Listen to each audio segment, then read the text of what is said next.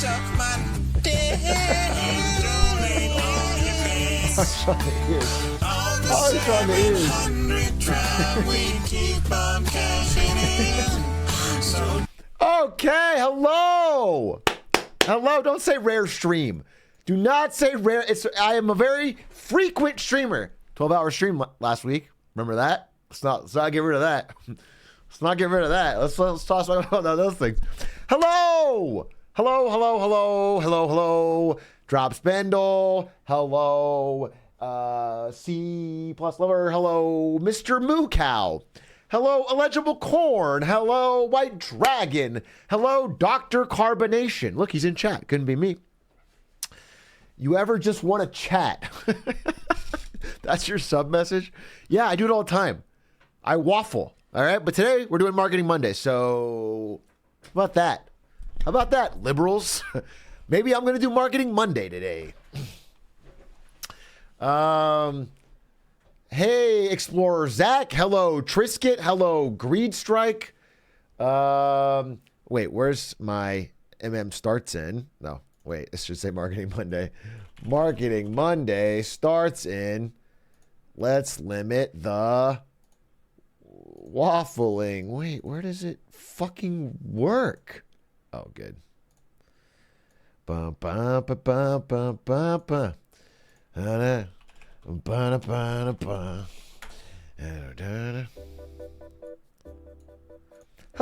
Oh, that has no sound on that. Just like that. Boop, boop, boop, boop. Turn off the alarm. Just remind me. How about that? Okay, we'll work together. When this gets near 1 second, remind me and we'll turn it off so that it doesn't blare in your ears and fucking kill your headphones. Drop makes some good points about that song. Can we talk about it? What points did she make about that song? Isto came here for the alarm. Well, then don't tell me. Don't tell me when we'll get there. Soda Pop Frequency, what's up? Well, welcome for my rare non-flannel stream. What's funny is this is the classic Marketing Monday thing I used to wear. The Maya shirt and then this. The jean. Like I wore this more than flannel, really. And it turns out wearing flannel when we have the house warm makes me want to die.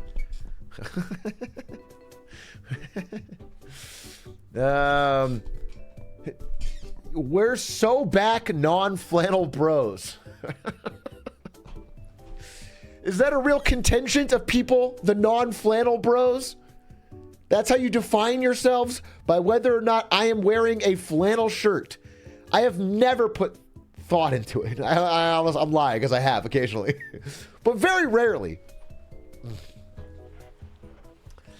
Stop looking like a soy lumberjack. First of all, soy lumberjack core isn't really in right now. And also, this is not. And if I was wearing a flat like this, what I'm wearing right now is not soy lumberjack. Any lumberjack, by the way, yeah. There's no such thing as a soy lumberjack. If you're jacking lumber, as they say in the business, nothing soy about it. Lil bro dresses like my old youth pastor. Your old youth pastor. Wouldn't I need like a backwards cap and flip the chair around and tell you guys how Jesus Christ was the real Minecraft speedrunner?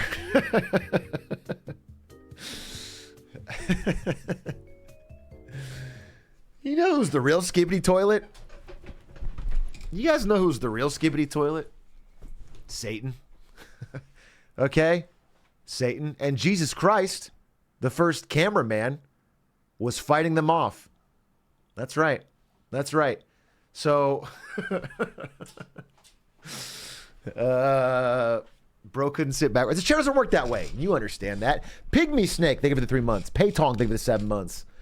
A-OK-Drian, thank you for the 3 months. Will you be joining us for the ACLU book club? I have no idea what that is. So, gonna be a pass, probably. I'm reading one book coming up, and that is As Gods Among Men, a story of inequality in the super rich in the West since the times of the medieval era till now. That's what I'll be reading. Right now, I am between books and using this time, as all intelligenistas do, to catch up on my 3-hour YouTube video essays on old games from the early 2000s and 90s. So now when I get in bed, I pull out my phone, plug in my headphones, and watch 3-hour videos on Ocarina of Time. And no reading for me. Yuck, gross. Yeah, basically, I just want to have someone tell me that the games from my childhood are really good. But in like a long, drawn-out, waste of time way. You know, just really burn through the minutes and then show me video footage and then say something pondering, and then that's what I want. And so it is solving my needs. What is Blood waffling about right now? Okay, Spectacore. Okay, buddy. Okay.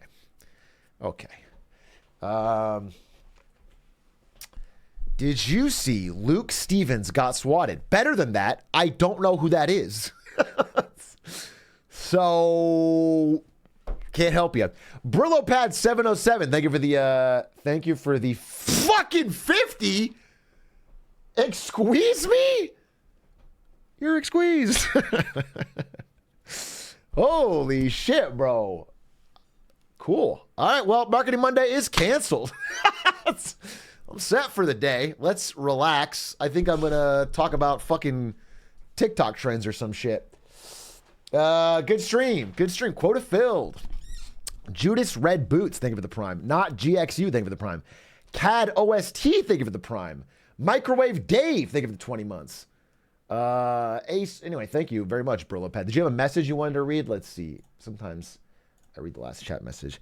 Hey, Big A, if it's possible, I'd love to see my dono subs go to the community who made the album. I don't know if you heard.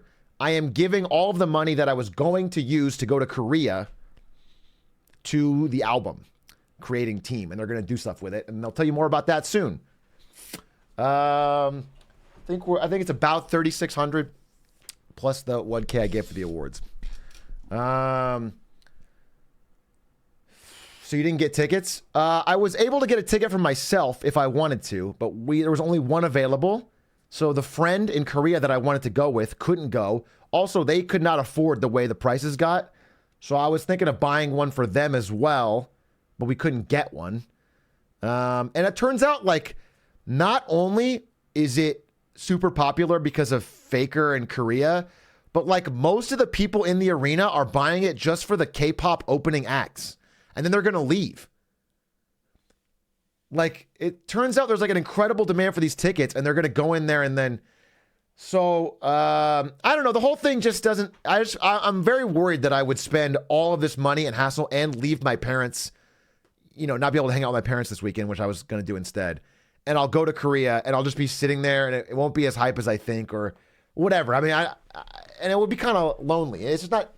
It would just be to say I did it. I think it'd be a big waste of money. And then the album was so incredible. It's like they're going to use the money better than me. So, hey, Big A, did you hear about the guy that bought 10 of the most expensive assault rifle skins in CSGO and is down about 30K as of now?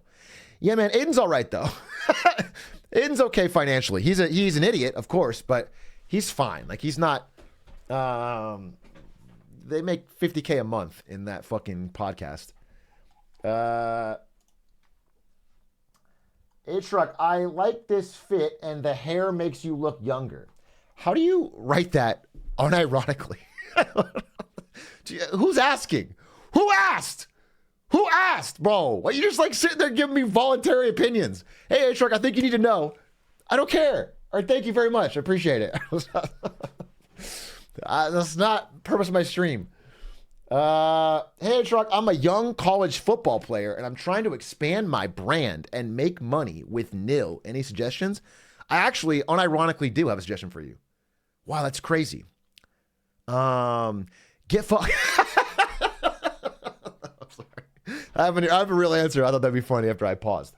The real answer is there's a book that you should read, and it's a very short book, and you will find it useful. I swear to God. Called the Bible. No, I don't think I'm gonna have it on my shelf because I loaned it to Stans a while back when he was at Gen G. It is called Brands Win Championships, and it is by, I forget his fucking last name, Jeremy something. He worked at Adidas. He was the brand marketing manager for Adidas, or vice president of brand management, and it's a very, very concrete, hands-on way for people in athletics to find ways to increase their personal brand so they can make money after they are no longer at their physical peak. Darlow, that's who it is. And I found it to be a fantastic book and especially applicable to esports because I knew a lot of esports athletes, especially back when I was working at Twitch, a lot of these League of Legends guys I was coming up with, who had a brief run in North American LCS, made some money, did not invest in their personal brand, and then fell off and then had nothing. Like that. It's a scary thing, right? This happens a lot to players in real athletes and in esports. And so that's a good book. Honestly, if you're serious about it, like if you want to build a brand around yourself as an athlete so you can make money as a personality instead of just as a peak physical specimen for a brief period of your life, then check it out.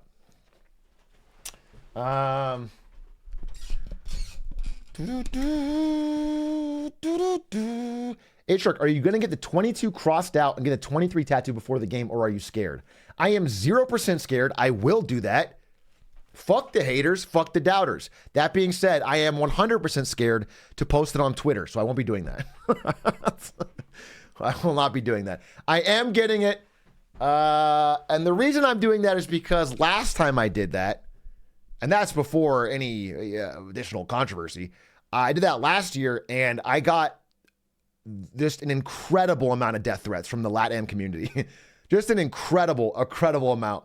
Because they basically believe that I cursed Faker. And like, it is a curse that I caused T1 to lose.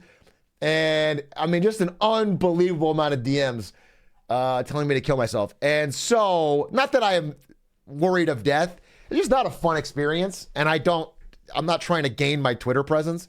So I will show you guys on stream if I can do it. I did find huge moves by me. I locked in a streaming location in Vegas, a prime streaming location for me and Stans to co-cast the finals. So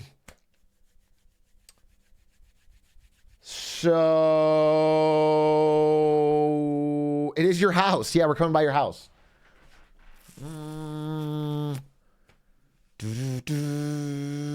So, haven't told Stans this yet.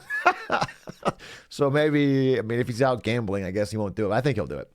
But I have a spot. No, and I have him. We got extra mic and thing for him, and it's in a cool spot in Vegas. So it should be sick. Like, it should be sick. We got a PC. We got everything. And, yeah, they're getting it set up exclusively for us, which is cool.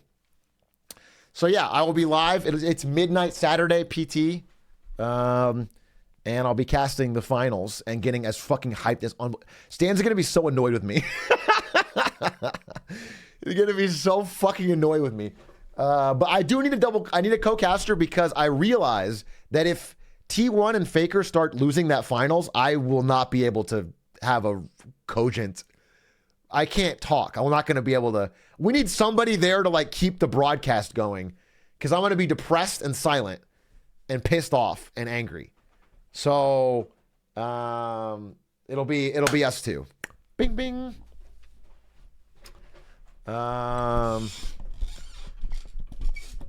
Big A, you in on Ethereum at the moment? Bro, have you ever watched my content ever? Or you just come in today and decide, hey, Big A, I'm going to add. Like, no. Of course not.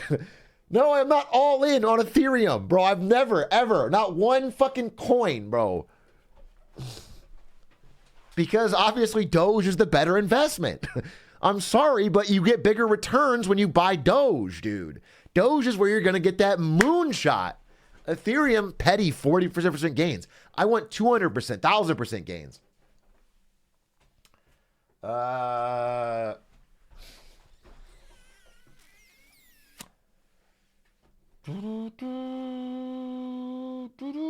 I go to coins and I sort price low to high. It's like fucking shopping on eBay. I just short low to high, and I figured whatever the cheapest one is, that's where I get the biggest return. And I just buy. People did that. We're joking. Some of you did that. Like, essentially. People did. Oh, thank you for the gift. These Robert Stacks. Probably the all-time biggest supporter of the stream. There was that one guy during Sekiro, but I think he like charge backed. Thank you, Robert Stacks. Continue support. Da da da da da da da. I am playing Sekiro right now. It is so molding. It's worth it. Get through it. You'll enjoy it. I don't know. Pay kind of made you. True. Facts. Based. Real. Hey, Atrioc. About a week ago, I told you my birthday. Do you remember it? Yeah, I remember it. Huff de Huffer. But you think I don't remember your fucking birthday? Stupid fucking question. I remembered it because it reminded me of my favorite day in November 19th. So, yeah. Sorry. Jeez. Call me out, dude. Call me out.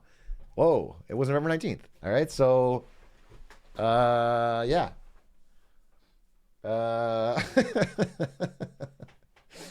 Yeah, and I'm excited for it. Show your screen right now. This is what we see these ways to get. He does care. He remembered. Yes, of course. Abjar, thank you for the 27 months. Hey, Big A, love the direction the Shorts channel has been going. Also, it was cool meeting you at Big House. Facts and facts. Wow, 27 months? You should have told me that at Big House. Because when I meet someone in person, like I do at Big House, what I do is I say, don't touch me. And then I back away slowly, and then I hit him with these, and then I walk away, which I did classically. But then this guy didn't tell me he was a 27-monther, in which case I would have put on my gloves and patted you on the shoulder. Like that, of course. No, it was cool meeting you. And I do want to give a huge shout out to Adish, who really turned the Shorts channel around and also into a bit of a moneymaker. Like, it turns out if you upload a video, 10-minute video every day that has at least 50K views, that starts cha-ching. Yeah, cool. That was awesome. I mean, good job. Incredible. Ledsy Donowall. What did Ledsy say? I don't Donowall anybody. That's just a fact. Is that the person who was running bigger A clips? That is correct. Yeah, instead of sending the police after him or shutting his channel down, we just hired him and he did a great fucking job. Incredible job, really. Adish better be getting some cashy. I can tell you exactly what he's getting. He's getting fucking 40% of the channel. I mean, maybe not. Yeah, I think he's getting 40% of the channel. So that's, yeah, he's doing well. And he went from, yeah, I mean, I think he's getting to ready to, he might quit his job.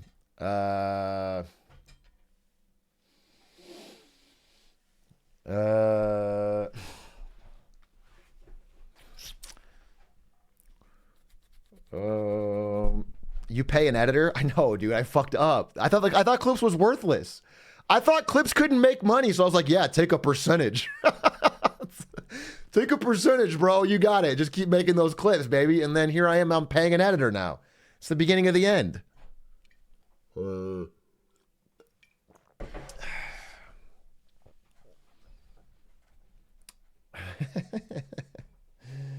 you hear about YouTube and Instagram saying they're thinking of starting to pay less? Thank God. I was worried about YouTube and Instagram not making enough money as a content creator. Thank God. Woo, baby. Finally, they can take a bigger cut. I feel like I'm committing highway robbery every time a YouTube short pays you 8 cents per million views. I was like, wait, 8 whole cents? How is this fair? Yeah, it motivates me harder. Da-da-da, da-da-da. What's funny is I have noticed, and this is other content creators told me this too. I talked to a couple people. YouTube has super been cracking down on ad block, and so everybody is getting more comments like, wow, a lot of ads. Because people can't skip them anymore. And so they're putting on videos like, hey, whoa, what's with all these? It's like they're the same as before. Like, it's old videos. But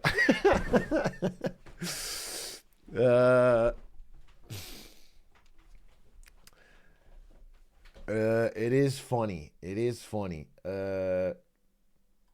People need to learn to use ad block filters. Start a class, teach them. Start a class and teach them. Okay, remember to get this timer out of the way before it makes a huge fucking noise. Remember to do that, you guys. Remember to hit the button that gets rid of it.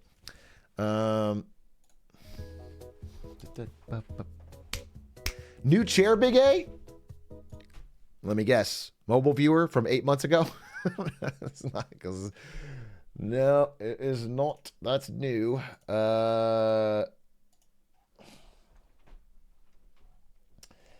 Hey, Big A, my dog becomes inconsolable and cries at loud alarms. If that helps you to remember to turn it off. Yes, I will remember that because of your dog. I would hate for your dog to be inconsolable. Atrioc, after someone is hired, do employers ever look back at their resume? Bro, you know there's a backstory to that question. That is a person who has lied openly on their resume. Yeah, I speak Spanish fluently. You're applying for a translator position? Bro, generally no. Generally no. But if you openly lie about a hard skill and then it comes time and you can't do that, they're going to check. Yeah, oh, he did say that. And it's going to be a problem. I got to be honest with you. That's that.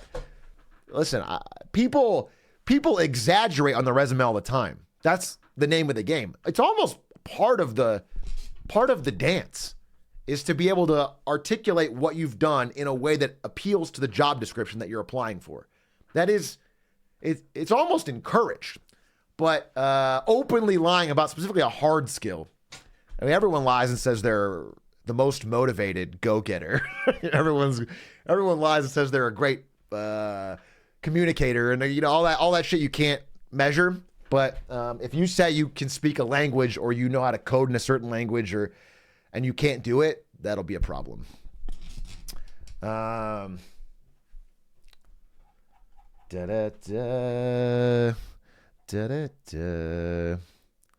Proficient at Excel. Yeah, I tell you right now, I'll give you guys all a fucking basic one. Stop putting proficient at Word and Excel on your fucking resumes, bro. That should be a default. It's a bad. It looks stupid. It just don't even include it. It should be a default unless you're fucking incredible, and then make it known that you're like fucking top 1% incredible at it. But the proficient at it's ridiculous, bro. That's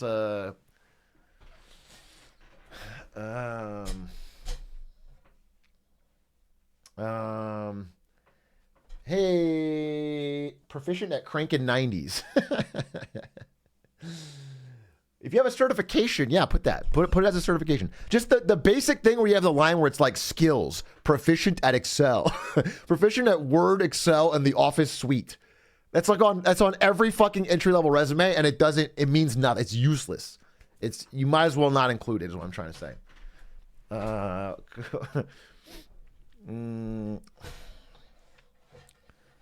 Skills, nasty at Blitzcrank. That'd be better.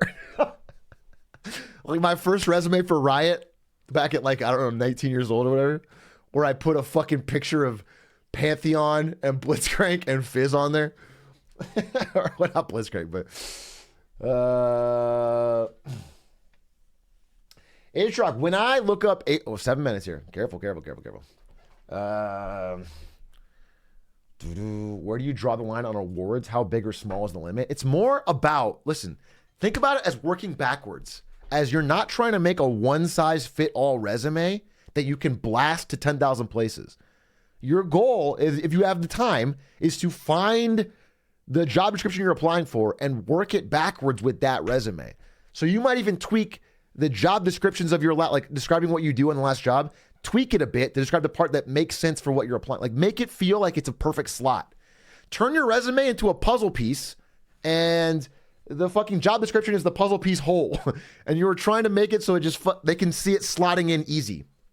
That's what you're trying to do, because everyone is overworked and stressed and going through a bunch of resumes. You want to make it seem like it's a slam dunk.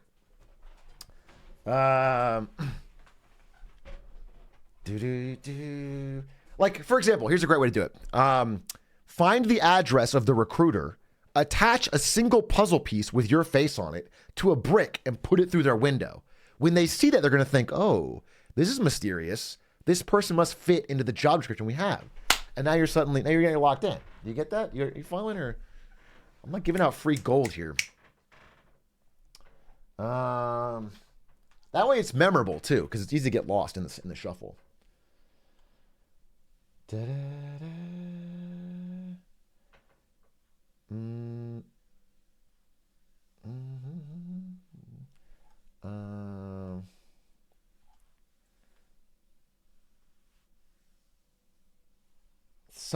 Wait, what? Someone mentioned market research. Can I ask my friends what they like, or is there a more official way to eavesdrop on people's preferences? You have not given me any context, but are you saying that you've been asked to do market research and you decided to go ask your friends? I guess that's fine. That's not really professional market research. If they're like looking, if you have a certain demographic maybe, and they're trying to get people in that, I mean, theoretically there could be something, but that's generally not how it would go. Drop Spindle probably could give you a great answer if you want to ask her. I believe she works in that field.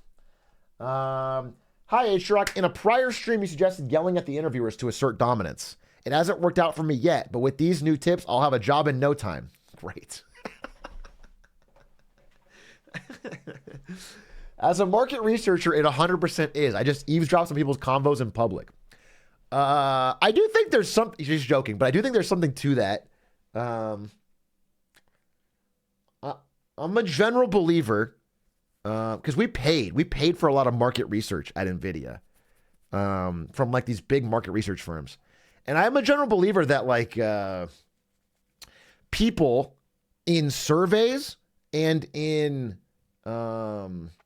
interviews lie for no reason. They lie for no reason. They lie to lie. They lie with no gain. They lie to themselves and they lie to you. And really, it's like you need revealed preferences and not stated preference. You need like actions over words. Actions tell a lot more of the story. I'm not saying it's useless. I'm just saying it doesn't seem to track very closely with their actual actions.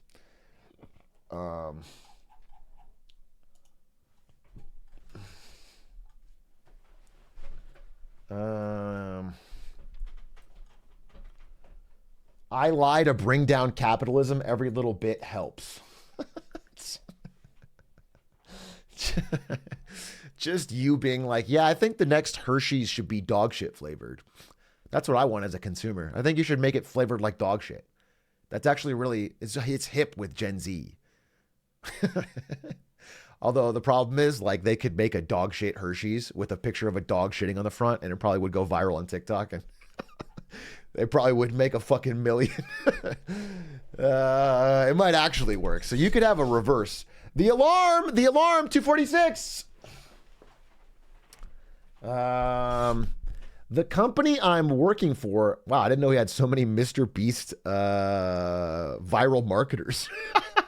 Hershey's already is that flavor. Hershey's is dog shit.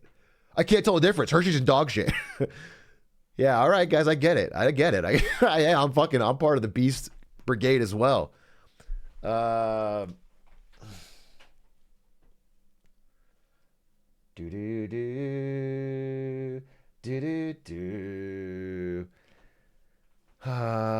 I've had fucking the Rocky song in my head ever since I watched the goddamn Sylvester Stallone documentary. It's been days now. It's just been stuck in my head over and over. Because they keep playing it in that fucking documentary the entire time. It's a good documentary, but it also reinforces that, like, the documentary is like, you know, he's had a long career, like a 50-year career in Hollywood. And it's always like, Sylvester Stallone had a tough time So he decided to go back to his roots, and he made Rocky 2. And now he's famous again, and now he's on top. But then trouble brewed in his family, and he fell off. Years later, he decided to go back to his roots and make Rocky 3.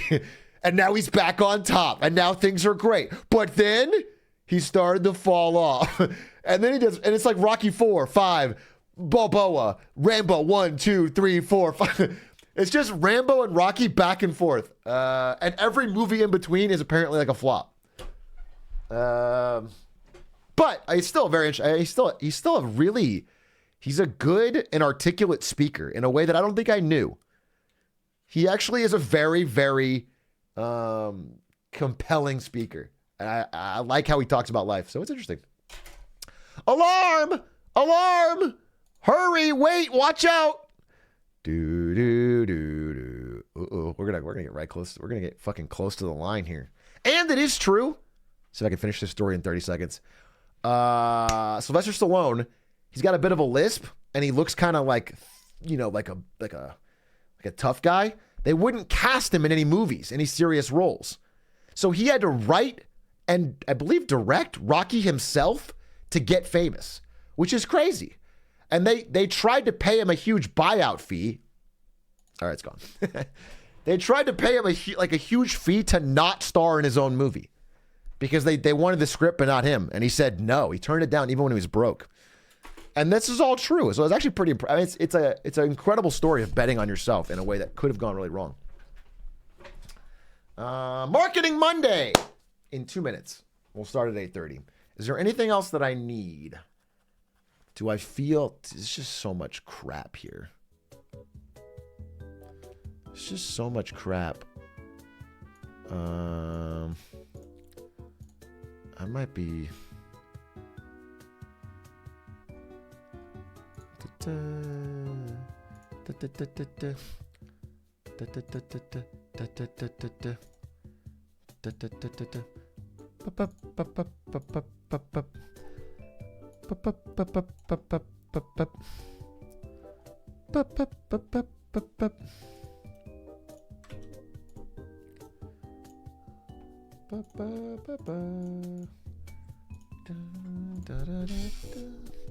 Okay, I feel good about it. Run ads.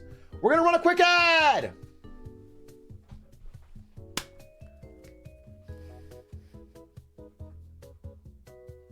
We'll get the ads out of the way, and then we'll start. Evan Gow, good to see you. I think today's pretty good. Today we got some good, interesting stuff. Shout out to our Marketing Monday team of Mingo and Stefik, who have put together some good stuff. Although really Stefik stuff comes tomorrow. She worked really hard on some Was Up Beijing stuff, so much that we're making it a separate segment tomorrow. So today is more about wins and fails. Why is there a timer when you don't start when it finishes? The timer is the countdown to when I time you out, which I just did. Okay, are the ads done? All right, ladies and gentlemen, without further ado, I'm going to do something for you, which is start the show. But I need you to do something for me, which is look at the screen. Oh, fuck. Wait a minute. This fucking We Shot Bossa Nova is going to play the entire time unless I can find it, hidden among 700,000 windows. Wait a minute. I'll never find it. Wait, I literally will never. I found it. Without further ado, please tag yourself in the Marketing Monday intro. Ladies and gentlemen, welcome to Marketing Monday on a Wednesday.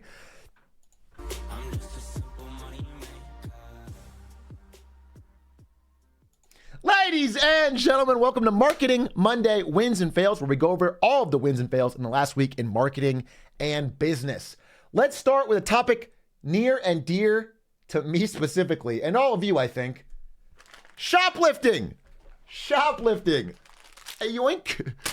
Whether it is Sour Patch Kids or perhaps water bottles in the city of Atlanta, perhaps all of us have our own unique experience with minor shoplifting.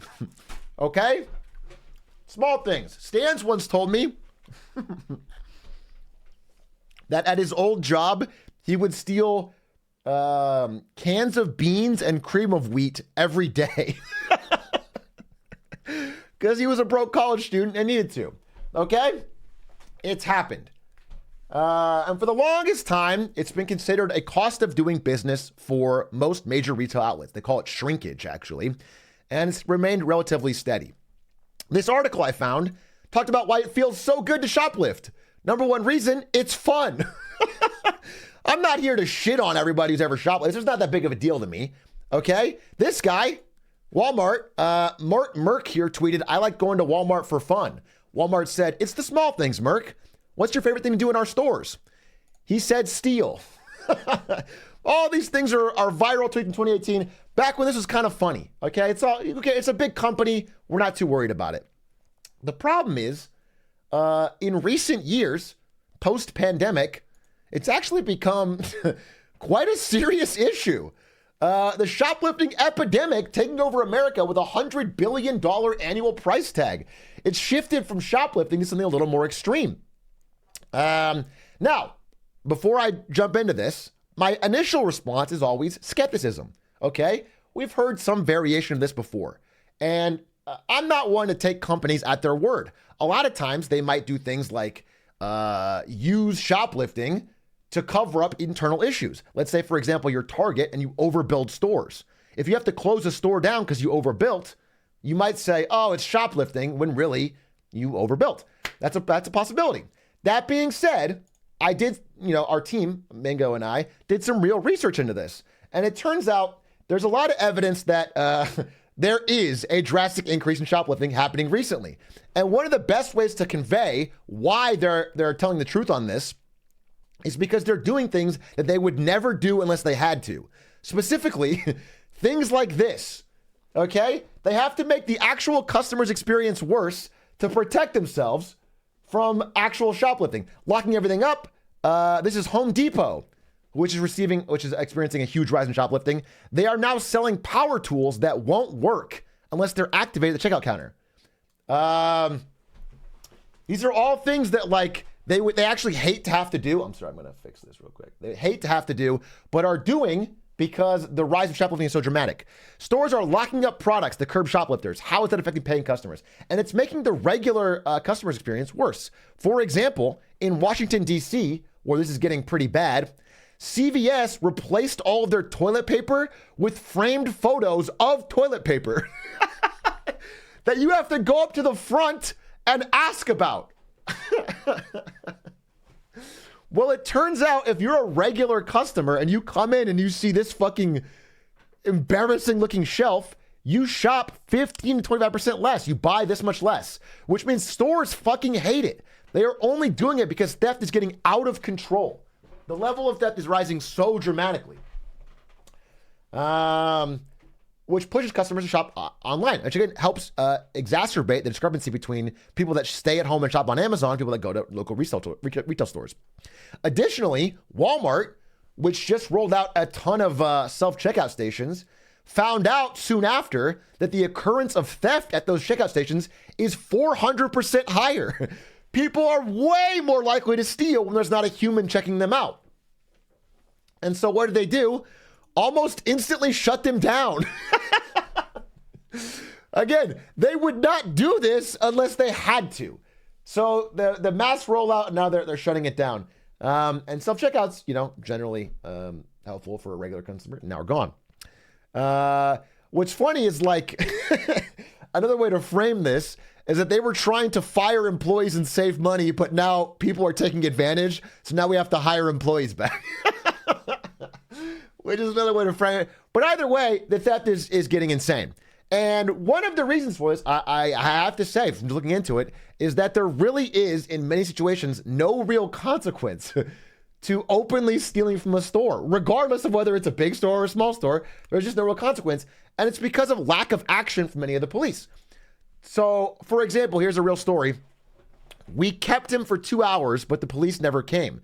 So they caught a shoplifter. Again, a retail employee should not have to risk their safety in any way to stop a shoplifter. But if they do, the police are no help at all. In fact, in this situation, they called the police after a shoplifter stole a bunch of stuff around the door. The police showed up hours later and then said, which way did they go? Excuse me? What? How the fuck is that helpful? So there's no help from that. That being said, it turns out that the police are actually somehow winning from all this. It's a win for them because if they are there, if there is a police presence, a cop car in front of the building or a police officer roaming around the store, it deters shoplifting a lot. Like it drops dramatically. And so stores through market forces are responding by giving out free coffee. Free coffee to police officers to try and just get them to hang out at their store so they can at least deter shoplifting by their presence. Just having a police car parked outside can make people think twice about shoplifting, the head of security said, with more than a hint of desperation. I mean, these stores are actually desperate for police to do anything resembling their job and have no way of stopping organized theft. So, Walmart is taking it to the extreme by building a police station inside their store in Atlanta, which doesn't feel, that's a weird fusion of government and business that I don't think should exist. I do not think we need, but of course I have had my own problems with Atlanta PD and shoplifting, okay? I don't think they really understand. It's not a fair justice system down there, let me tell you that. Let me tell you that, okay? Sometimes you're thirsty. And the big difference they're saying about this rise is that it's more what they're calling... You can't call it shoplifting because this kind of stealing is a much bigger problem and it's causing retailers a lot of headaches. It's also costing millions of dollars. Thefts involving groups of people smashing windows or wheeling loaded shopping carts right past security guards are on the rise. News 19's Archie Snowden has been looking into this growing trend of criminals and joins us here in studio with more. Archie. Organized retail crime is what they're calling it, which is more aggressive and violent. ORC. More violent and aggressive than previous years. 120% increase in theft involving violence in the first 5 months of 2023. Target, again, reported on their earnings call that inventory shrink would reduce profits by more than $500 million compared to last year. Again, probably a bit of a fudged number to help cover up poor business decisions, but also not entirely fake. I mean, they definitely probably do have increased shrinkage. So it's a give and take. But it has become a $1 billion industry. So-called professional gangs, which really seems to be like more almost like flash mobs of people that are just doing it all at once to avoid feeling like they're the only one doing it. And it does have an effect on regular people. Again, at the end of the day, I'm not here crying over Target's lost profits, but when it makes the shopper experience worse and leads to store closures, it's a problem for regular people. And at the end of the day, I feel like it's almost... it shouldn't be a hot take to say this, but just being okay with theft being a default growing attribute is bad long term. It's not, it will have negative long term effects. And at least the shortages. That being said, all Americans don't need to worry. All Americans do not need to worry, okay? Because while this is growing in America, while it seems like things are getting bad, and it's probably an outcropping of higher than expected inflation and lower wage growth. It's probably people that are fucking trying to get around that. While it's bad in America, it is worse somewhere else that we can make fun of. The UK!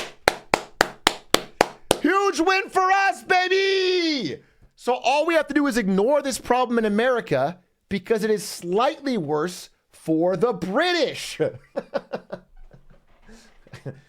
This is a real picture. This is not AI generated. This is a real picture of us punching the beans and toast out of a British man while winning World War II.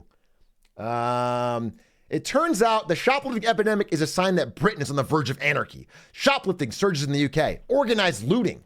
And I looked into it, and this is real. Shoplifting is measurably surging, almost 35% in 2023 in the UK, putting average rank-and-file retail workers in scary situations.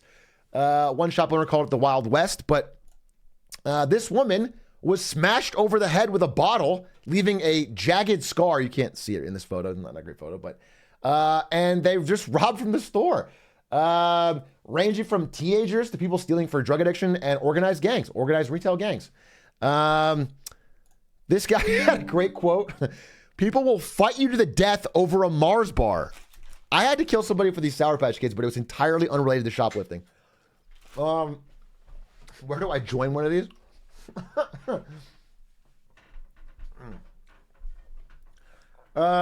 So it's a real problem, is what I'm saying. And we're only beginning to see the rise of countermeasures from retail institutions. But if it continues with no real reform made in how it's handled, it sounds like it's going to lead to a measurably worse decrease in the experience for offline shopping, basically giving the advantage even more to Amazon, which is generally bad. But shoplifting at the end of the day is stealing pretty small value goods for a small profit, okay? What I want to talk about and give a real win to is people that steal much more money from much bigger companies. Like my man, Adam Newman. We haven't got to talk about Adam Newman on the show, but he's one of my favorite business people to make fun of in the world. Adam Newman is the former CEO of WeWork. And I want to give you a brief background on his history and sort of catch you up on what's happening to him this week. Adam Newman was the CEO of the company WeWork, which was invested in by our favorite Japanese billionaire, Masayoshi-san. Basically, Adam Newman said, hey, bro, we're going to make the world's first physical social network. We're going to change the landscape of how people work and communicate. And this guy said, bet, I'm in. Here's billions of dollars. Now, it turns out what they were actually doing is just leasing office space.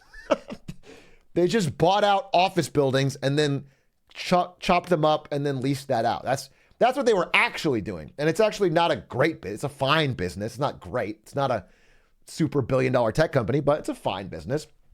But he invested billions and billions and billions of dollars. He said, we view WeWork's value as similar to Netflix, a, $400 billion company at the time. And he thought he was going to go to the moon with this. Well, it turns out that despite becoming the most hyped startup in the world and having these beautiful little co-working spaces that they were renting out at a decent profit, Adam Newman was not a great CEO. In fact, he basically took every possible advantage he could to milk the company for his own personal benefit. At one point, he trademarked the name We and then loaned it to the own company at $6 million a year. He personally trademarked We and then had the company pay him personally $8 million a year. He, bought a private jet on the company dime, did a bunch of incredible self-worth increasing things that helped the company. So finally, after the IPO of this company collapsed and it was found to not be making much money, it was losing a lot of money, Masayoshi-san stepped in and said, okay, we got to clean this up. We're going to kick out Adam Newman. We're going to kick out Adam Newman and we're going to turn this whole thing around and make it what it's supposed to be, the physical Netflix. Okay? So they kick him out and he makes this slide, which is a real slide in a real corporate presentation to investors where he talked about hypothetical illustration of future earnings, basically earnings before interest and taxes, where he just drew this with an arrow. Turn around. It's going to go up. There's no axes. This is not measured. It just says future and it has a line going up. And if you're wondering if he presented this, he did. Here's him presenting this in Japan. Real fucking slide in front of people, just drawing a line and saying it's going to go up. Well, it turns out it did not go up. In fact, the only recent use that I've seen of WeWork is for hitmen. In the movie The Killer, where he rents out a decrepit WeWork to shoot somebody in Paris. And around this time, somebody, a young upstart streamer with great hair said, WeWork is a company loaded with debt. Their business model is to take out tons of debt, buy real estate at market prices, then chop it up into little tiny subletted offices and sell them at a markup. The problem is nobody's buying them. WeWork is going to zero. Well, when he said that, when they were $67 a share on January 17th, it was thought they were going to keep going up, but it didn't. They went to zero. It actually collapsed, okay? And so now they are, I believe, actually they just did. This is an old headline. They filed bankruptcy this week.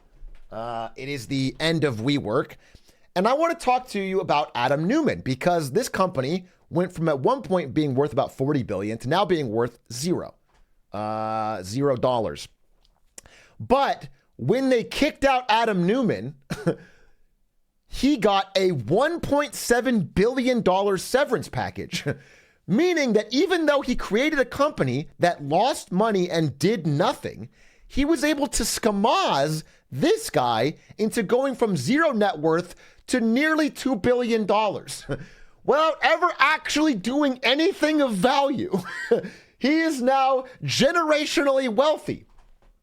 And what was funnier than ever to me is because I thought that was where his story ended. But it turns out that a possible winner of this last week's bankruptcy filing is again Adam Neumann. Because when they kicked him out, they gave him a $430 million loan that he negotiated to only be backed by his shares. So if he stopped paying back the loan, they can seize his shares as collateral. Except it turns out when you go bankrupt, WeWork shares are worthless. And now they are saying they are, quote, worried. They're worried he might simply walk away with the money he was lent and hand over the shares. You should be more than worried. That is what he's going to do. He is not going to pay you back $430 million when he can give you worthless pieces of paper. That is what he's going to do. You should be well aware that is what is going to happen. How do I do this and make money? It's simple. Invent the time machine. Go back to the bubble of 2020 and 2021. Say incredibly stupid shit around very rich investors. It worked for a lot of people. It worked for a lot of crypto people. It won't work now quite as much. So I know you guys are all thinking Adam Neumann is a Giga Chad for this. Again, it doesn't really hurt too much that he steals Masayoshi-san's money. That being said, he cost a lot of people their jobs. A lot of people who quit work to work at WeWork thought they were building their future. They had shares that thought they were of value. They're all worthless and they wasted their time and hurt their future in their retirement. It is kind of sad. And to really hammer home the point that he's not really a good guy is that Jared Leto did a great job playing him. If Jared Leto's really good at playing you, you are probably a bad guy. That's a good measure. You know who's a good guy though? Let's give a win to Sean Fain, the head of the United Auto Workers. Big win to Sean Fain this week because, as we know from previous Marketing Mondays, the UAW had a historic win over GM, Stellantis, and Ford. In this hot labor summer we've had with a bunch of strikes, the UAWs has been by far the most successful. The amount of gains they got, like 35 to 40% wage gains. They got almost all of their demands. I mean, huge gains for UAW. But what's cool is, and this is the power of union victories, is that they spread to other companies in the sector. Toyota and Honda are not union employers. Nobody that they hire works for the UAW. But because these companies raised their wages in this past week, non-union workers at Toyota and Honda both got pay hikes. Coincidentally, out of the blue. And he pointed this out really well. He said, Toyota, if they were doing it out of the kindness of their heart, would have done it a year ago. But they're not doing it a year ago. They're doing it after other companies in the space lost to the union. So there's wins even if they're non-unionized, which is incredible. And that's the value of everyone organizing together. They could have gotten even more if they were all part of the same deal. 9.2 raise immediately after the UAW deal was announced. And UAW is not stopping with their victories here. They have now added Tesla and Toyota in their sights. They are looking to unionize Tesla and Toyota factories in America. And hopefully when their next negotiation rolls around, and I think 2020, I want to say 8, they want to be negotiating against the big 6 instead of the big 3 was their goal, which is cool. Tesla, by the way, facing their own strike action in Sweden right now, as mechanics for Teslas in Sweden have unionized with a general strike from like dock workers and everyone else to try and get Tesla to come to the table, which they are now apparently doing. So that is cool. Smaller strike news. Again, 3 big strikes happened recently. Hotel workers in Vegas, right before Formula One, actors strike in Hollywood, and teachers strike in Portland. And the first 2 got deals. The one in Vegas, they were so desperate to not have a strike right before Formula One that they basically caved on a lot of demands. Big deal. Actors strike, not such a great result. I'll talk about it separately. But they got a good chunk of their demands. I don't think it's going to happen long term, but it's fine. And then teacher strike is still pending. I'm not sure how it will go down, but it's seeming like a good positive effort.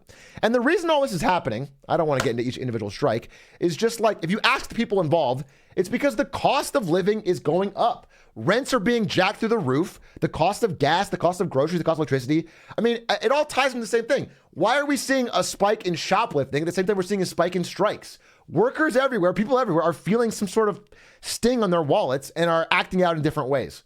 I find the strike to be a better path than the shoplifting, but whatever. It's cost of living. It's going up. People have to find different ways to try and cope. But you know what? I thought about telling everyone to join in and, get part of this strike. Find your local workers and strike and build a union and fight for your rights. But then I saw something that changed my mind. The biggest win of all this week. Jeff Bezos and this photo. You still want to strike?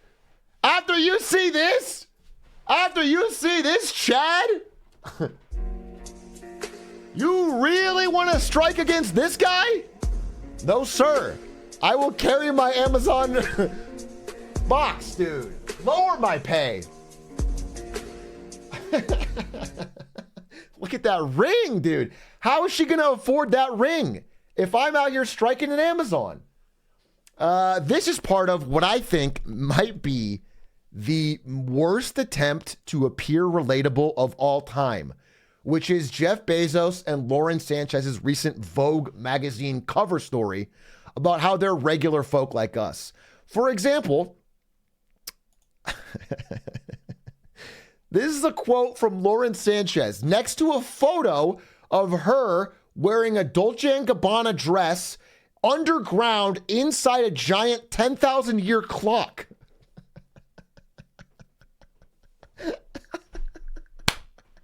It's like one paragraph off of this photo. Now, I know we all do this, but they probably do it more frequently than us. Our lives are pretty normal. This is her, I forget, I think it's Prada, in a Prada dress, walking around his giant rocket factory that he owns. She said, "We're kind of like Barbie and Oppenheimer." Yes, but not in the way the rest of us are, okay? Our Oppenheimers don't actually own rocket factories. Or have $10,000 fashion pieces.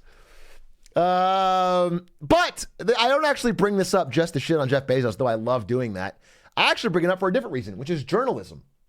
You see, Jeff Bezos is important in the journalism industry right now because back in 2013, when revenues fell off a cliff for both newspaper and digital on all journalism, basically the rise of social media fucking killed actual journalism.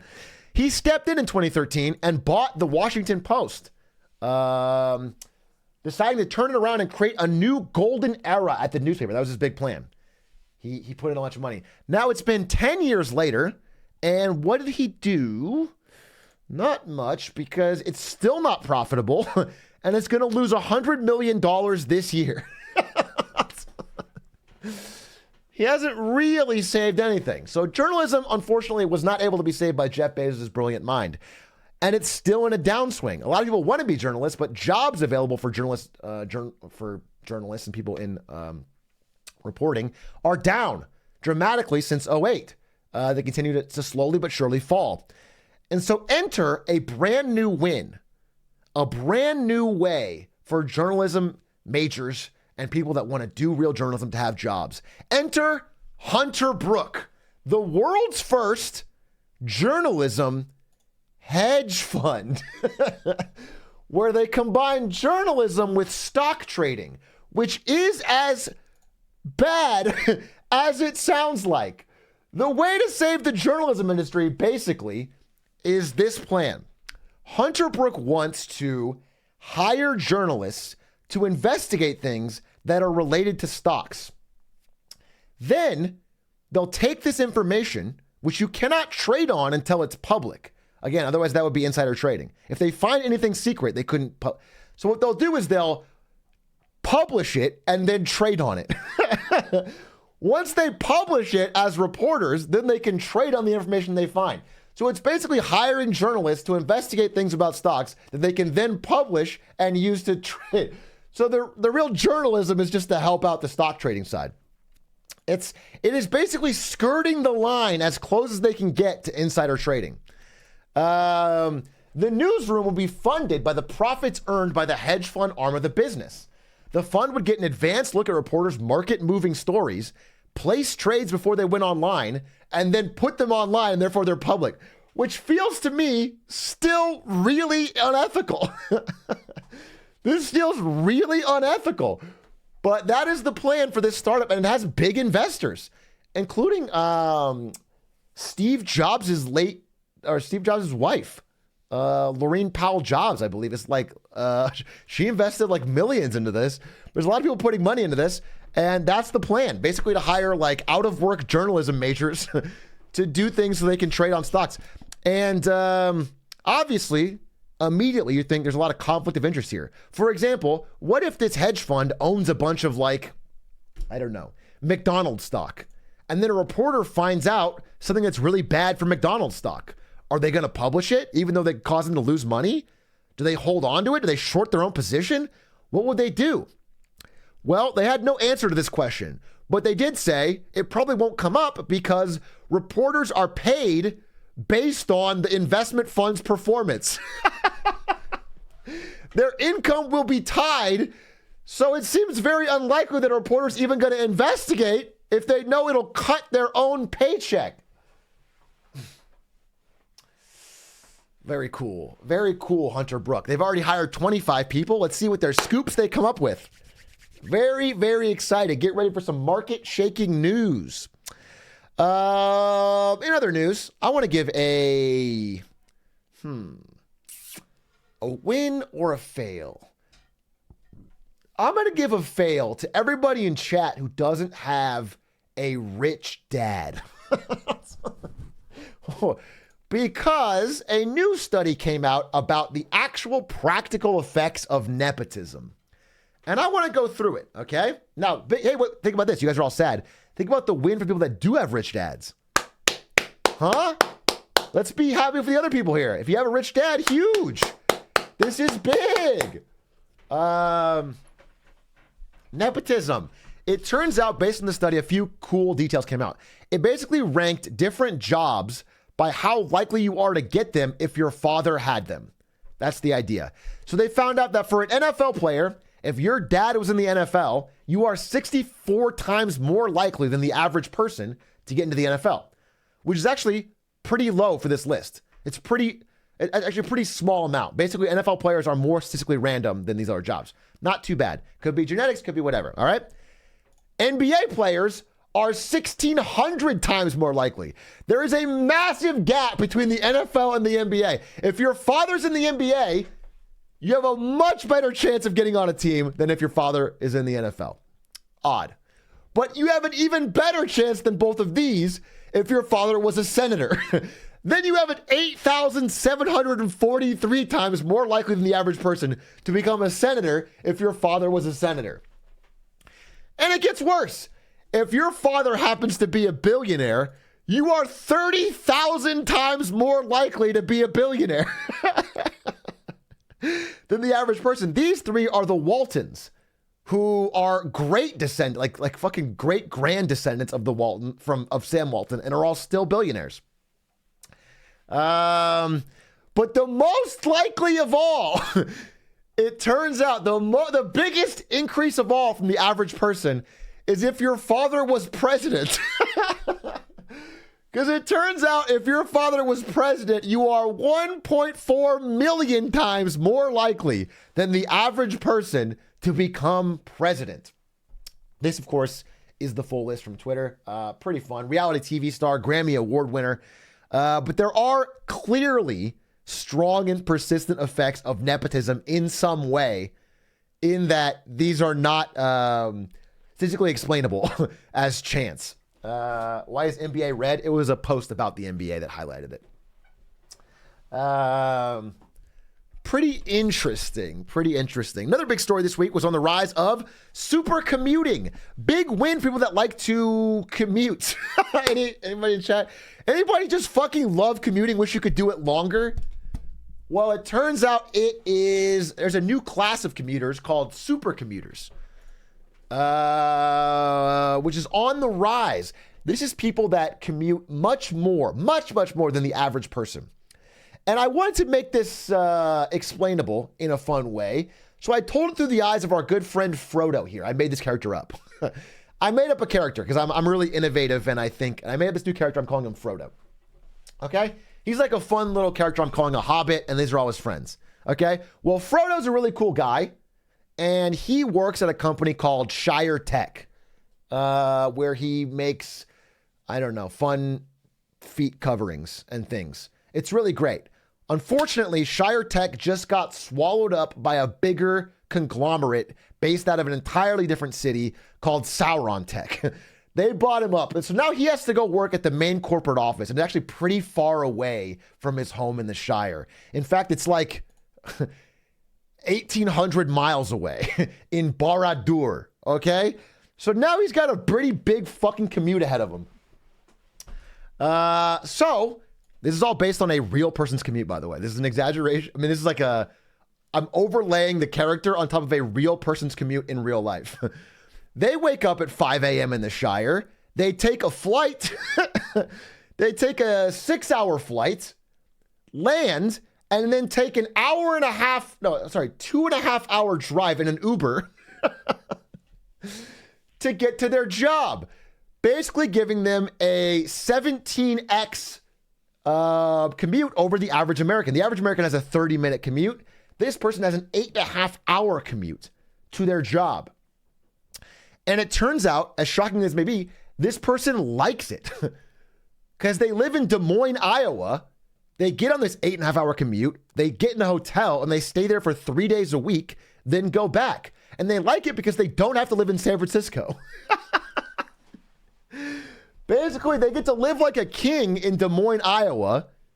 They do an 8.5-hour trip and get paid San Francisco salary, but live in Des Moines, Iowa. That is why they like it. And that is the reason all this is happening. Now, this has always been the case for executives. For example, Elon Musk flew 8,300 miles in his first week owning Twitter. Okay? Executives have always jet set across the globe for different jobs. But now the average worker is taking on these executive-like commutes because, obvious reason, your salary goes way fucking farther outside of major cities. Again, all of these stories this week are about how people are responding to rising cost of living. This is a guy who makes $70K in LA. Effectively, that is $104,000 in Austin.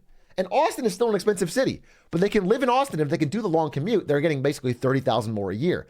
Now, imagine if they go, instead of Austin, they go to Springfield, in which case they're making 122,000. I mean, effectively 122, which is a massive. It's nearly double. Basically, by living somewhere far away and dealing with a long, painful commute, you can essentially double your actual effective salary. And I showed this here through examples of the apartment you can get for $2K a month. So for $2.1K a month, this is an LA apartment, which is, 450 square feet. For $2K a month in Austin, you can get basically double that, $855. You at least get a bedroom, decently sized bathroom, and a living room. But in Springfield, you can get 1,500 square feet.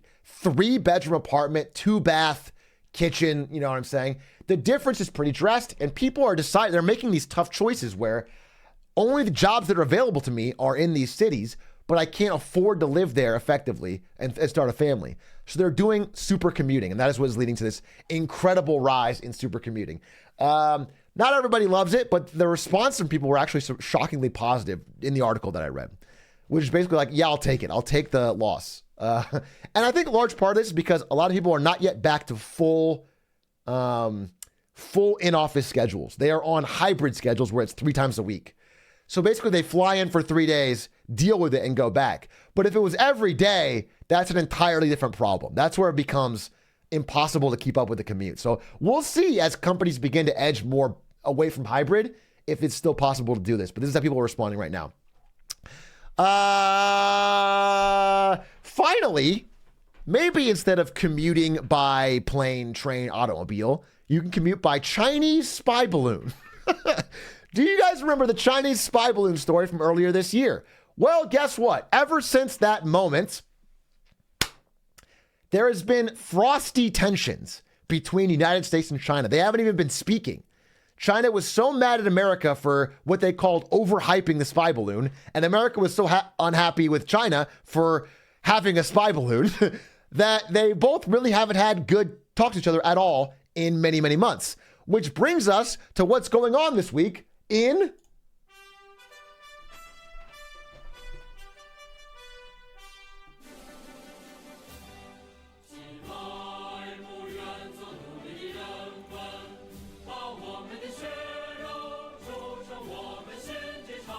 Sorry, let's do this. Because we're not in China this week.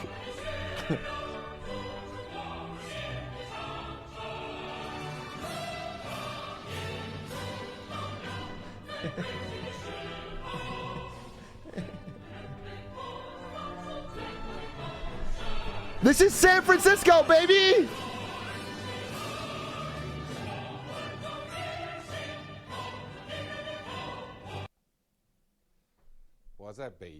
What's up? Sorry. What's up, San Francisco?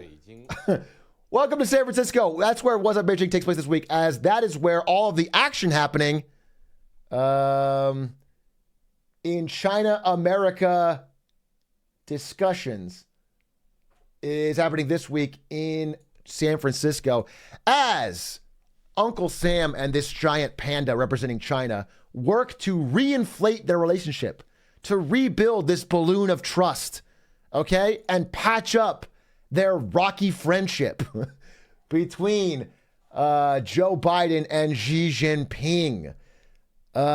Just before Xi Jinping flew out to San Francisco for this meeting, they made a bit of soybean diplomacy where China bought a bunch of U.S. soybeans as a sign of goodwill. As they seek, it's almost kind of underhanded, really, calling a soy what? But there is clearly a sense on both sides that this escalating rhetoric between the two have gone too far, and that we're getting in dangerous territory as the two biggest and most powerful economies and militaries on earth start to talk shit at each other constantly is dangerous. And so Xi Jinping is flying out to meet, and we're going to try and see if we can patch things up. And they, as a sign of goodwill, bought our soybeans, and we, as a sign of goodwill, tried to clean up San Francisco. This is the Moscone Center. I remember this clearly because this is where I helped run the first TwitchCon. And there is a massive effort, a massive hurried effort across the city to clean it up for the arrival of Xi Jinping and other business and world leaders. Before world leaders arrive, San Francisco races to clean up. They called it, it had the air, this is a New York Times article, had the air of teenagers frantically cleaning up after a house party with their parents on the way home. They put in this fake skate park. They had people like out in open airs doing like impromptu aerobic exercises, like just like people doing outdoor exercise thing, like fake, you know? I mean, like I see this all the time in other countries. Whenever there's, like, it happened in India when they had the Mumbai G7 meeting. But it's funny to see it happen here in America. And it's happening right now in San Francisco. And so people on Twitter had some funny ideas of what to do with this, because SF obviously has experienced, again, I'm not part of the massive SF is unlivable hellhole hype train. I lived there and had a good time. But it has deteriorated. Homelessness has risen.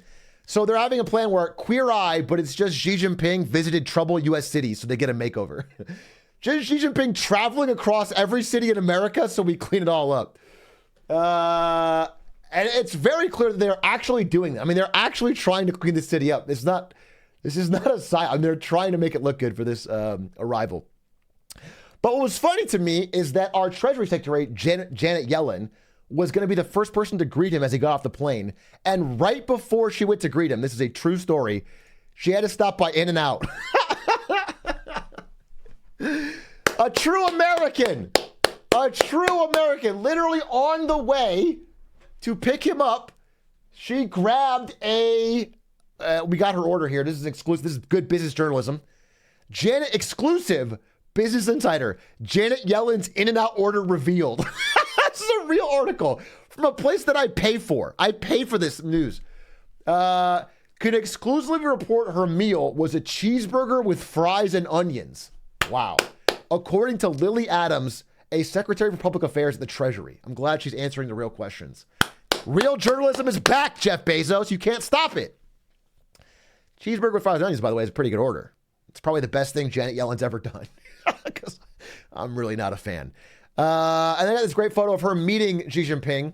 You're going to want to ask for the fries animal style. It's not on the menu, but trust me, they'll know and you'll love it.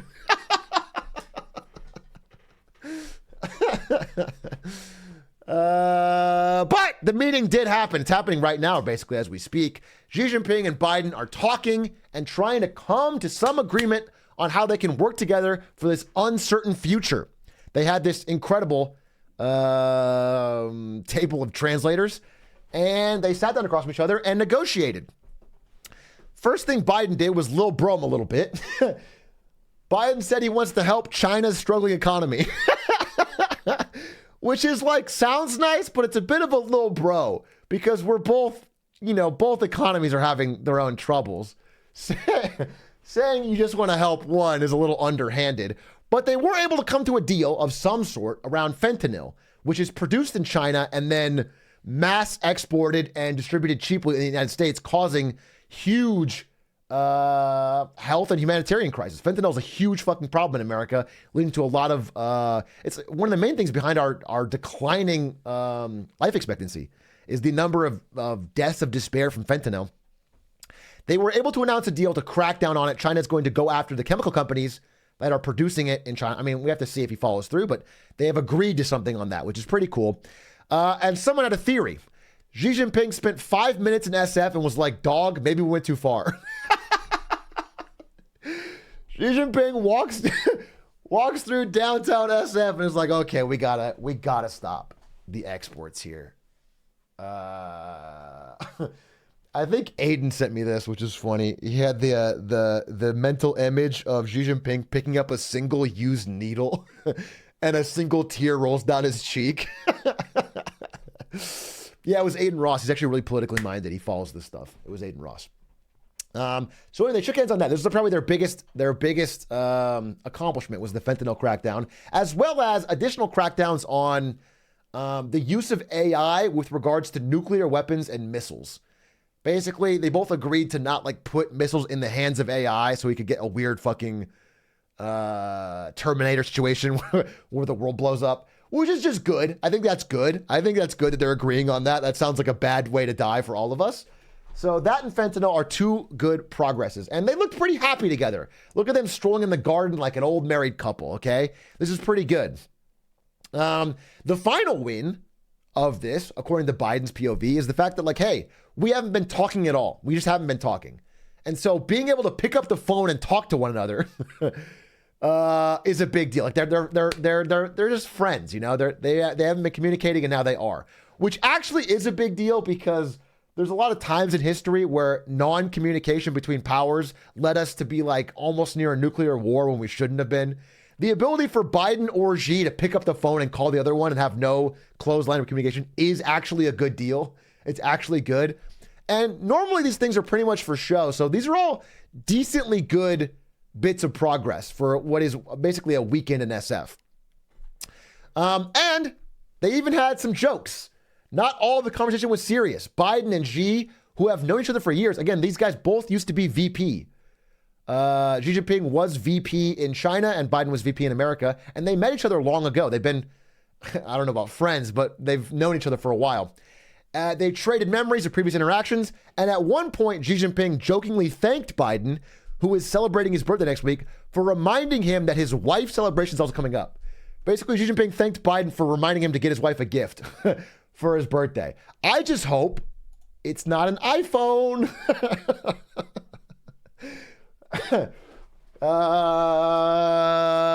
That being said, it wasn't all sunshine and rainbows. Back in June, when things were frosty between the two, when things were frostier than this, Biden called Xi Jinping a dictator, which caused anger on the Chinese side. What the fuck are you saying about us? China said Biden calling Xi a dictator is provocation. Okay? This is not what allies do. So this prompted this meeting. The point of this meeting was to calm the relationship with Xi. You know, there's a lot of crises going on in the world. And that's why it was extra special when Biden ended the thing by saying this. Mr. President, after today, would you still refer to President Xi as a dictator? This is a term that we used earlier this year. Well, look, he is. I mean, he's a dictator. Basically, they asked, do you still refer to him as a dictator? And he said, yeah.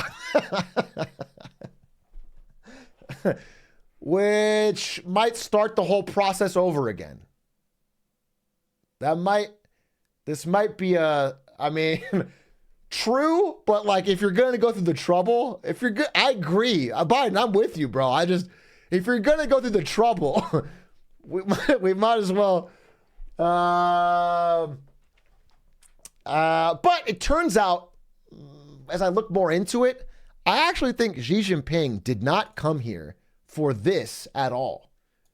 I don't think he even really cares. I mean, I think America and China are both aware that like talking shit on the other one is a great way to get votes right now. So both are not votes, but public support. And so both are going to do it. What Xi Jinping cares about is, first of all, is most importantly, the fact that he's going to be meeting with business leaders. Tech execs are reportedly scrambling to score a ticket to dinner with China's president in San Francisco. He's meeting with, CEOs from all over. Jane Fraser from Citigroup, Elon Musk from Tesla, but like dozens of top CEOs that are all hoping to woo China's Xi Jinping. Basically, they want to get in his good graces because here's the real story. China in 2014, when Xi Jinping just came to power, was the world's top destination for foreign and direct investment. This is other countries' money flowing into your country to start businesses and invest. China in 2014 became the number one. But recently, it has not only declined dramatically, it has gone negative for the first time since 1998. Money is flowing out of China because companies are fucking scared of doing business there. Xi Jinping has, as I've said in previous things, quote, scared the hoes. These businesses are afraid to do business in China. And so money's finally flowing out. So Xi Jinping is not really, I don't think it's the executives hoping to woo him. I think it's him hoping to woo the executives. I think he's trying to put on a face that like, hey, I'm shaking hands with Biden. Things are okay. You can come back. You can invest in China. It's okay. Because there's been a rise of like exit bans and hostage taking among executives. Executives can get detained. People are afraid to fly there. People are afraid to do business there. They're afraid of pressure on their business. Executives vanish in China, casting chill over business climate. This kind of thing eventually catches up to you. And so I think Xi Jinping, number one, wants to remind people that it's okay. There's a big economy there. Come and invest and we'll start things over. And I think number two, and most importantly, he wants to go back to Shanghai and open an In-N-Out, which I think could unite both of our countries. I think once they taste the power of burgers, we can really shake hands. And that, ladies and gentlemen, is Marketing Monday Wins and Fails. Tune in every week for more wins and fails in the last week of Marketing and Business.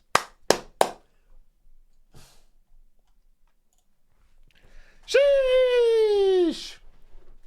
Every week. I hope you guys enjoyed. I think that was a good one. You know, I think they all followed a cool theme. And we have more tomorrow. There was actually so much stuff about China that I couldn't include it all.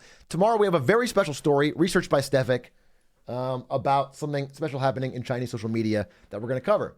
So tune in tomorrow for that. I am fucking melting. It's so goddamn hot in here. 1 second. Let me turn on the air. And and we'll play this for the VOD Frogs.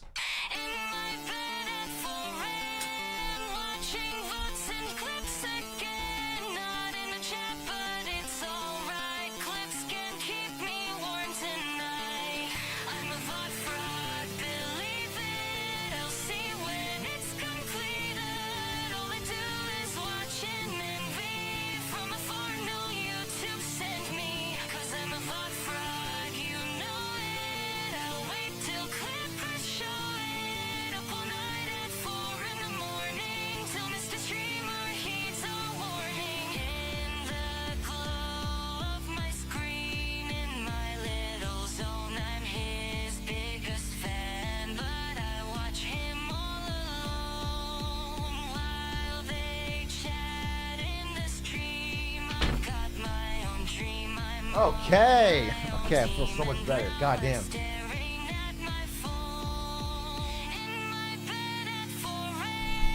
Watching VODs and clips again.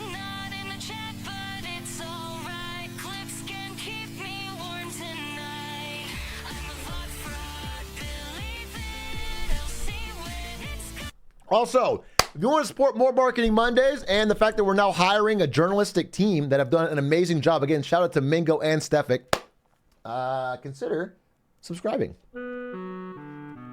Thank you to Ali House for the 7 months. Thank you to Prone Pony for the Prime. Very GD for the Prime. Just Adrian, thank you for the 20 months. Shadow Lion with the Prime. Oracle himself with the 7 months. Rocket Pro God with the Prime. Trizzle Dizzle with the Prime. Bullseye with the 3 months. Will CP with the Prime. Oh, thanks, man. You want to take some subs? No. Not when you're that backed up. If I'm not streaming, I'm not interested. I was watching Big A after my 9 to 5. My sub had expired, so I'm playing the song I was singing. Keep thanking the subs. Keep thanking the subs. Tengile, thank you for the sub. Taterade, thank you for the 7 months. Colin RB, thank you for the Prime. Thick AF for the 2 months. Endeavor with the 4 months. Lord Sixer with the 22. K Crimson C with the Prime. Captain Fizzle with the 2. Biggie Kelly with the... Okay. You're clapping in my ear. Oh, and then sorry. Keep it going. Tenga, hey, babe, I don't need a boss here. To fucking You just asked me to help you. I want you to do one. Why don't you read a couple right here? No, wrong. You're wrong. Babe, why don't you read some? All right, these people support. That's okay. Good luck. Yeah, thanks, babe. Thank you. She's in pajamas, so she did not want to. Is the real reason. I could tell on her face. Captain Kewick, thank you for the 40 months. Lansky, thank you for the 15 months. AC Dagoth with the 24, 2 years. Thank you very much. Appreciate the support. Light Sworn Shadow, thank you for the 4.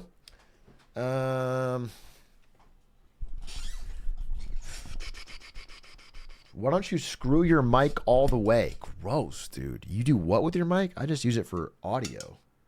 Psycho.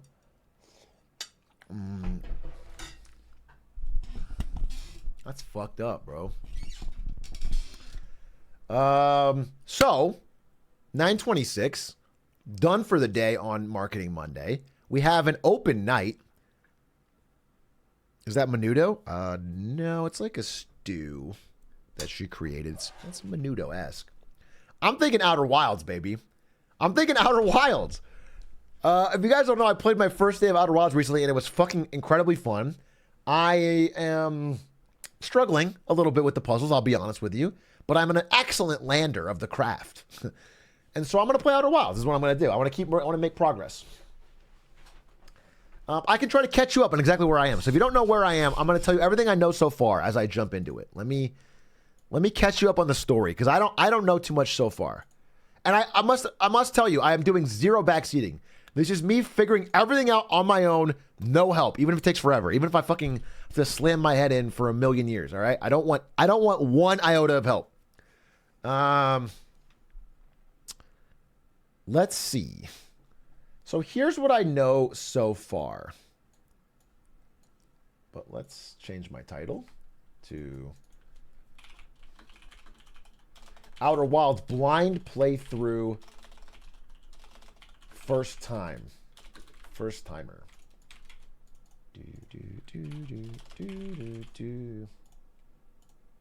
Watching VODs and clips again. God, that song is just a banger. It's honestly just a banger. There's no other word for it. Get my camera back. Pop this open.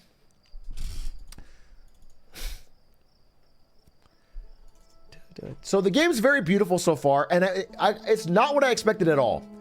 I had no idea what I was getting into, and I had an entirely different vision in my head of what this was. What I think is most cool about it is the audio okay? How's my audio compared to the background music?